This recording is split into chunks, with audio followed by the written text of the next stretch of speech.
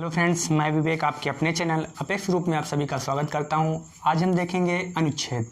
ठीक है, तो अनुच्छेद की बात करने से पहले हम ये बात कर लेते हैं कि जब हमारे संविधान का निर्माण हुआ उस समय अनुच्छेदों की संख्या क्या थी और इस समय अनुच्छेदों की संख्या क्या है। तो जब संविधान का निर्माण हुआ उस समय मूल संविधानों की संख्या, ठीक, मूल संविधान थे, मूल अनुच्छेद थे, उस समय कितने थे? 395, ठीक है, 395 थे। लेकिन आज इनकी संख्या बढ़कर कितनी हो गई है? आज इनकी संख्या बढ़कर 450 से अधिक हो गई है। इतनी बात हम जान चुके हैं। जब हमारे संविधान का निर्माण हुआ उस समय मूल अनुच्छेद जो थे वो कितने थे?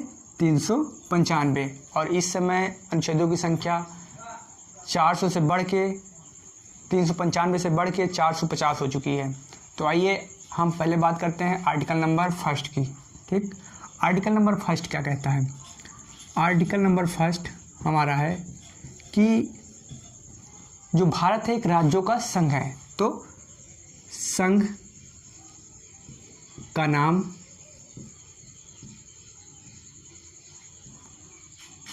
एवं राज्य क्षेत्र के बारे में बात की गई है, राज्य क्षेत्र के बारे में बात कही गई है।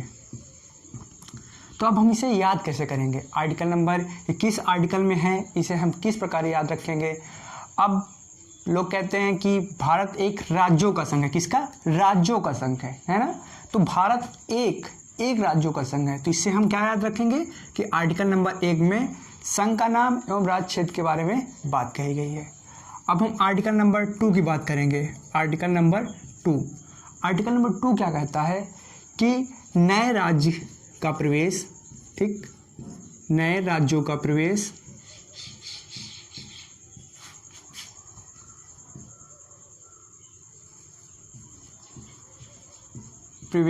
व स्थापना। ठीक, अब इसका मतलब क्या है? इसका मतलब ये है कि जो भारत से या भारत से बाहर के राज्य हैं वो भारत में प्रवेश करना चाहते हैं या भारत में उनकी स्थापना हो। ये किसमें कहा गया है? आर्टिकल नंबर 2 में। जैसे कि 2, अब हम इसे याद कैसे रखेंगे? जैसे हम क्या किसी 2 के आर्टिकल नंबर 2 से ही समझ में आ रहा है कि कुछ मांग रहा है, मतलब हमें प्रवेश प्रवेश दो या हमारी स्थापना करो। राज्य क्या कह रहे हैं? नए राज्यों हैं कि हमें प्रवेश दो।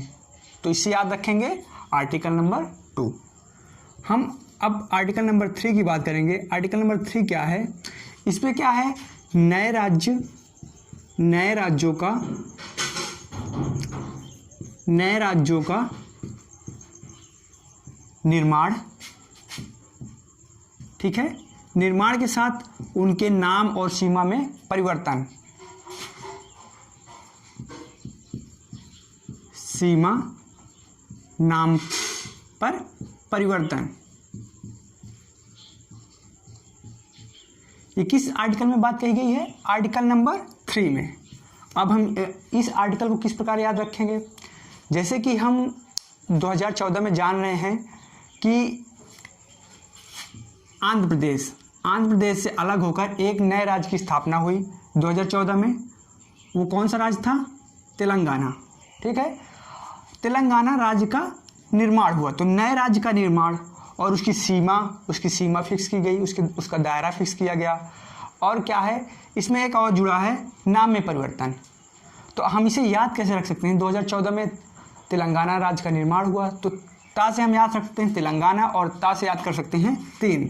तो जो नए राज्यों का निर्माण, तो निर्माण किसका हुआ? तेलंगाना का। तो ता से 3 और ता से तेलंगाना। तो इससे हम आर्टिकल नंबर 3 याद रख सकते हैं। अब हम आर्टिकल नंबर 5 की बात करते हैं। आर्टिकल नंबर 5 क्या कहता है? नागरिकता। ठीक है, नागरिकता। अब हमें ये मालूम करना है कि नागरिकता का उल्लेख किस अनुच्छेद में है। ठीक, तो नागरिकता शब्द से ही, जैसे यहाँ पे क्या है? नाग, तो हम इतना उठा लेंगे नाग को। नाग से हमें क्या होगा कि हमारे नाग के कितने फन होते हैं? 5। तो इससे हम क्या याद रखेंगे? आर्टिकल नंबर 5 में नागरिकता का उल्लेख है। अब हम बात करेंगे आर्टिकल नंबर 6। ठीक, आर्टिकल नंबर 6। आर्टिकल नंबर 6 में क्या है, इसमें है कि पाकिस्तान से भारत को प्रयोजन, ठीक है, जैसे है पाकिस्तान से प्रयोजन होने वाले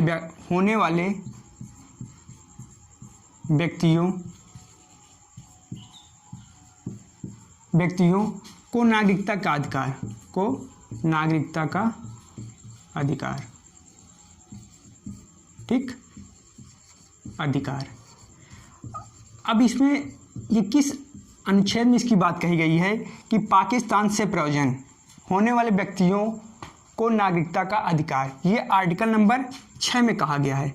लेकिन इसे याद कैसे करेंगे, हमें याद करने के लिए होगा कि पाकिस्तान से मतलब पाकिस्तान को छोड़कर भारत में क्या कर रहे हैं, प्रयोजन, मतलब भारत आ रहे हैं, तो 6 से छोड़कर 6 से 6, तो आर्टिकल नंबर 6 में पाकिस्तान से प्रयोजन होने वाले व्यक्तियों की नागरिकता का अधिकार का उल्लेख है।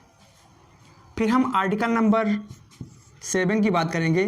यहाँ पे क्या है, यहाँ पे था पाकिस्तान से प्रयोजन होना, ठीक है। अब यहाँ पे क्या है, पाकिस्तान को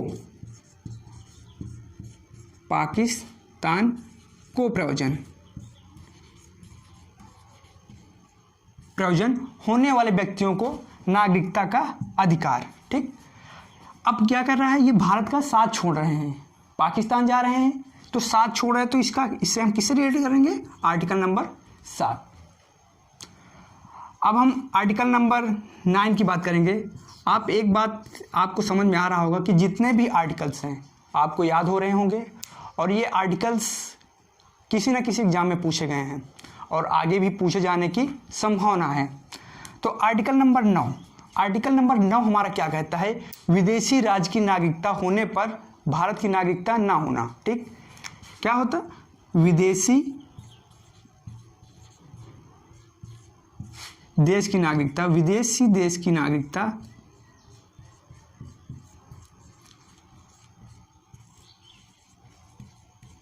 होने पर भारत की नागरिकता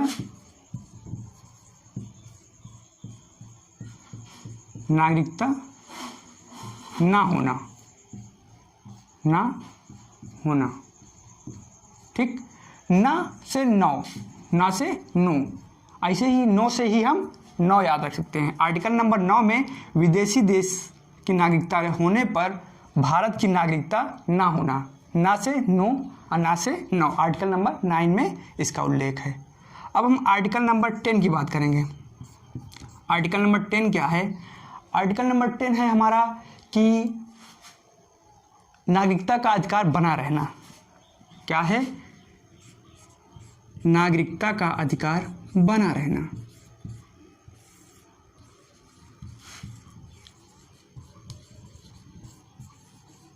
यहां तक आपको दिख रहा होगा अधिकार बना रहना। मैं एक बार देखता हूं कि यहां तक आपको दिख रहा है कि नहीं दिख रहा है। हाँ, यहां तक आपको दिख रहा है। तो आर्टिकल नंबर 10 मतलब 10 से ही समझ में आ रहा है, दास। अगर आप किसी देश की सेवा, दास मतलब सेवक, अगर आप किसी देश के सेवक हैं तो आपकी नागरिकता क्या उस देश के समक्ष बनी रहेगी। तो इतना आपको समझ में आया होगा। अब हम आगे बात करते हैं, इसे एक बार रफ कर लेते हैं।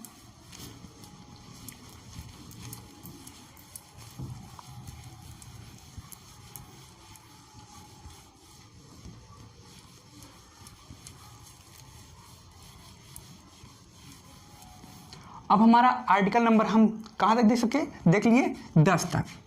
तो अब हम आर्टिकल नंबर 11 देखेंगे।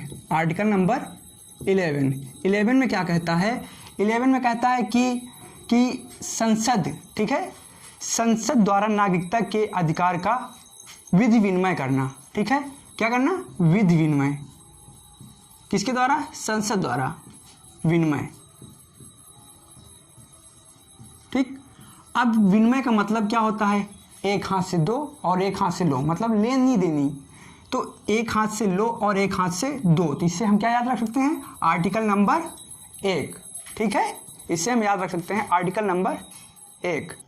तो हमने 11 की बात कर ली कि आर्टिकल नंबर जैसे एक एक एक दो है ना, तो एक हाथ से लेना और एक हाथ से देना, तो आर्टिकल नंबर 11 हो जाएगा। अब हम बात करेंगे आर्टिकल नंबर 12 की। 12 में क्या क्या कहा गया है, यहाँ पे 12 में राज्य की परिभाषा की बात कही गई है। ठीक है, राज्य की परिभाषा, राज्य की परिभाषा। ठीक है, अब राज्य की परिभाषा के बारे में बात करी गई है, तो हम इसे किस प्रकार याद रखेंगे कि राज्य है और राज्य की परिभाषा करना बड़ी बात है, मतलब बड़ी, उसकी परिभाषा भी बड़ी होगी। तो बड़ी से क्या रखेंगे, बड़ी, बड़ी मतलब बड़ा होना, तो बड़ा से ही 12। तो आर्टिकल नंबर 12 में ही क्या राज्य की परिभाषा की बात की गई है। अब हम आगे बात करेंगे आर्टिकल नंबर 14, किसका, आर्टिकल नंबर 14 की। इसमें क्या है, विधि के समझ समानता का अधिकार, विधि के समझ समानता का अधिकार, विधि के समझ समानता का अधिकार, का अधिकार। अब हम इसे किस प्रकार याद रखेंगे, इसे आप सोच रहे होंगे किस प्रकार, तो विधि के समझ समानता, समानता का मतलब जैसे कि हिंदू, मुस्लिम, सिख, ईसाई, ये क्या हैं, चारों हम क्या हैं, एक हैं, चारों मतलब 4 और 1, तो यहाँ पे क्या हो जाएगा 4 और 1। इससे हम क्या याद रखेंगे, आर्टिकल नंबर 14। ठीक, हम क्या हैं, विधि के समझ समानता, मतलब कि हम चारों एक हैं, तो इससे 4 और 1 मतलब आर्टिकल नंबर 14 में इसकी बात कही गई है। अब हम आर्टिकल नंबर 15 की बात करेंगे। इसमें क्या बात कही गई है कि लिंग, जाति, वंश, धर्म के आधार पर प्रतिषेध। ठीक है, क्या है, धर्म, जाति,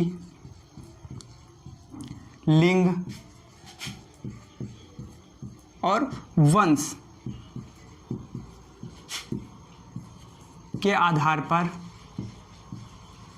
विभेद, विभेद, विभेद का, विभेद का प्रतिषेध, प्रतिषेध। ठीक, विभेद का प्रतिषेध आर्टिकल नंबर किस में बात कही गई है, 15 में। अब यहाँ पे क्या है, धर्म, जात, लिंग, वंश के आधार पर विभेद पर प्रतिषेध। तो यहाँ पे इसे याद कैसे रख सकते हैं, जैसे धर्म, अब क्या था, पहले क्या था कि कोई व्यक्ति था, वो मुस्लिम धर्म या किसी अन्य धर्म के हाथ का छुआ हुआ या उसके हाथ पानी नहीं पीता था, तो क्या इससे क्या याद रखेंगे, पानी, पा से 15। तो आर्टिकल नंबर 15 में धर्म, जात, लिंग, वंश के आधार पर विभेद का प्रतिषेध के बारे में बात कही गई है। हम आर्टिकल नंबर 15 देख लिए हैं। हम आर्टिकल नंबर 17 की बात करेंगे। 17 क्या है, अस्पृश्यता, अस्पृश्यता का अंत। ठीक है, किसकी बात कही गई है, अस्पृश्यता का अंत, अस्पृश्यता का अंत। आर्टिकल नंबर किस में बात कही गई है, 17 में। अस्पृश्यता मतलब क्या होता है, छुआछूत। तो मतलब जो भी व्यक्ति छुआछूत के बारे में देश में बात करता है, छुआछूत के बारे में देश में बात करता है या किसी स्थान में बात करता है, वो क्या है, समाज का क्या है, शत्रु है। समाज का वो क्या है, शत्रु। शत्रु से हम क्या याद रखेंगे, 17। तो आर्टिकल नंबर 17 में हम अस्पृश्यता का अंत की बात कही गई है। अब हम इसके बारे में बात कर लिए। अब हम आर्टिकल नंबर 19 में बात करेंगे। अब 19 को हम किस प्रकार याद रखेंगे, 19 है हमारा स्वतंत्रता का अधिकार। किसका है, स्वतंत्रता का अधिकार। ठीक, अब अगर कोई भी व्यक्ति स्वतंत्र है तो उसे बोलने की अभिव्यक्ति होगी, मतलब क्या होगा, वो माइक के सामने खड़ा होकर बोल सकता है। तो ये एक जैसे माइक है, ठीक, ये क्या है, माइक। ठीक, अब माइक के सामने क्या होगा, वो खड़ा होकर बोलेगा। तो इससे आपको क्या समझ रहा है कि स्वतंत्रता का अधिकार, बोलने का अधिकार से किस अनुच्छेद में है, आर्टिकल नंबर 19 में। और 19 के का में प्रेस की स्वतंत्रता है। प्रेस में क्या होता है, बोला जाता है, तो उसमें क्या होगा, प्रेस की स्वतंत्रता होगी आर्टिकल नंबर 19 का में। इतना बात आपको याद रही होगी। अब क्या होगा, आर्टिकल नंबर 20 की बात करते हैं, आर्टिकल नंबर 20। अब इसमें क्या है कि अपराधों का दोष सिद्ध होने के पश्चात संरक्षण, दोष सिद्ध होने के बाद भी आपको संरक्षण मिलेगा। अपराध सिद्ध होने के बाद, अपराध का सिद्ध होने के बाद, सिद्ध होने के बाद, सिद्ध होने के बाद संरक्षण, क्या, संरक्षण, संरक्षण। इससे क्या समझ में आ रहा है, संरक्षण से मतलब कि अगर आप अपराधी हैं और दोष सिद्ध भी हो जा रहा है तो आपको क्या, फीस देनी पड़ेगी, फीस दो और क्या होगा, आपको संरक्षण प्राप्त होगी। संरक्षण का मतलब फीस से 20, फीस 20। तो आप आर्टिकल नंबर 20 से क्या याद रख सकते हैं, अपराधों के सिद्ध होने पर संरक्षण का अधिकार। अब हम फिर इससे के बाद क्या याद रखेंगे, आर्टिकल नंबर 21। आर्टिकल 21 में क्या है कि जैसे कि बात कही गई है प्राण एवं दैहिक स्वतंत्रता का अधिकार, प्राण एवं दैहिक स्वतंत्रता का अधिकार किसमें बात कही गई है, आर्टिकल नंबर 21 में। तो आइए हम आर्टिकल नंबर 21 की बात करते हैं। आर्टिकल नंबर 21 क्या कहता है, प्राण एवं दैहिक स्वतंत्रता का अधिकार, स्वतंत्रता का अधिकार, ठीक है, इसकी बात कही गई है। अब देखिए यहाँ पे आप 20 है, अगर आपको जैसे क्या जो 21 है, 21 में बात कही गई प्राण एवं दैहिक स्वतंत्रता का अधिकार। यहाँ पे 21 किस प्रकार बना है, 21 ऐसे कुछ बना है, ठीक, ऐसे। अगर आपको अपने प्राण की मतलब दैहिक स्वतंत्रता करना है, प्राण दैहिक स्वतंत्रता, अगर आपको प्राण नहीं गंवाने हैं तो आप जैसे कोई एक सांप है तो इसके आपको पीछे रहना पड़ेगा, इसके अगर आप आगे खड़े होंगे तो आपको प्राण की स्वतंत्रता, दैहिक स्वतंत्रता नहीं प्राप्त होगी, आप इसके पीछे ही होंगे। तो इससे क्या याद रखेंगे, आर्टिकल नंबर 21, ठीक, इसकी बात कर लिए हैं। अब हम बात करेंगे आर्टिकल नंबर 21 के का में। इसमें क्या है, 21 के का में इसमें है कि 6 से 14 वर्ष के बच्चों के लिए शिक्षा का अधिकार, 6 से 14 वर्ष के बच्चों के लिए शिक्षा का अधिकार, किसका, शिक्षा का अधिकार। अब इसे किस प्रकार याद रखेंगे, अगर 6 से 14 वर्ष का बच्चा है और उसे हमें जोड़ घटाना मतलब उसे शिक्षा देनी है तो हम क्या कहेंगे, जैसे कहेंगे कि पहले तुम इकाई अंक मतलब पहले इकाई अंक फिर दहाई अंक जोड़ो, और फिर अगर हम कहरा सिखाएंगे तो क्या करेंगे, पहले का शब्द का प्रयोग करो, मतलब पहले का बोलोगे फिर खा। तो यहाँ पे 6 में वो 21 के का में 6 से 14 वर्ष के बच्चों के लिए क्या है, शिक्षा का अधिकार है। फिर हम बात करेंगे आर्टिकल नंबर 24। आर्टिकल नंबर 24 में किसकी बात कही गई है, तो आर्टिकल नंबर 24 में बात कही गई है कि कारखाने और दुकानों में बच्चों के कार्य करने में प्रतिबंध, ठीक है। तो इसमें आर्टिकल नंबर 24 में है बच्चों को